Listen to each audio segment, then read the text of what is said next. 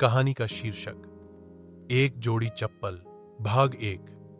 गांव का लड़का राजू एक छोटे से गांव में रहने वाला 12 साल का मासूम बच्चा था। उसका सपना था स्कूल जाकर पढ़ लिख कर बड़ा आदमी बनना, लेकिन गरीबी ने उसके सपनों पर जैसे कोई बोझ डाल दिया था।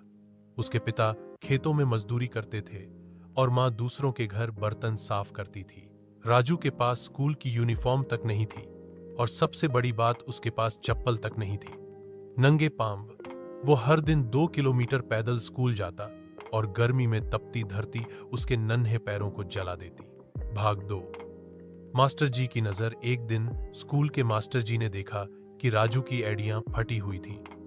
उन्होंने प्यार से पूछा, बेटा चप्पल क्यों नहीं पहनते? राजू ने मुस्कुराते हुए कहा, मेरे पास है ही नहीं मास्टर जी। लेकिन कोई बात नहीं, पढ़ाई तो कर रहा हूं ना। मास्टर जी की आंखों में पानी आ गया। वो समझ गए कि ये बच्चा कुछ खास है, संघर्ष से डरता नहीं। भाग 3। एक छोटा उपहार। अगले दिन मास्टर जी ने राजू को बुलाया और एक पैकेट दिया। उसमें एक नई जोड़ी चप्पल थी।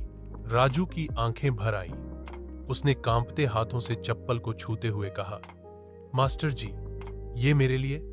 मास्टर जी ने कहा, हाँ बेटा, पढ़ाई में मेहनत करना।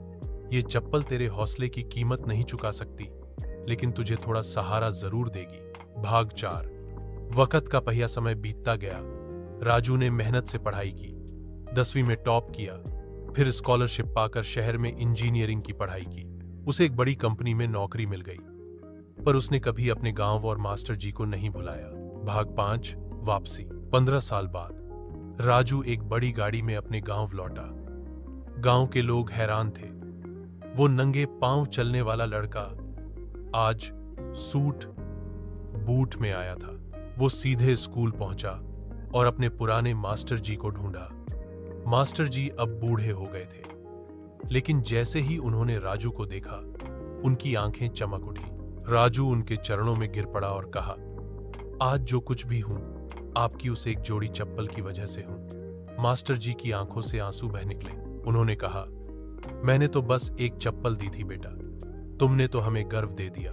भाग 6। नई शुरुआत। राजू ने उसी स्कूल में एक नया बिल्डिंग बनवाया, स्मार्ट क्लासेस शुरू की और हर गरीब बच्चे को यूनिफॉर्म, किताबें और चप्पल देने का वादा किया।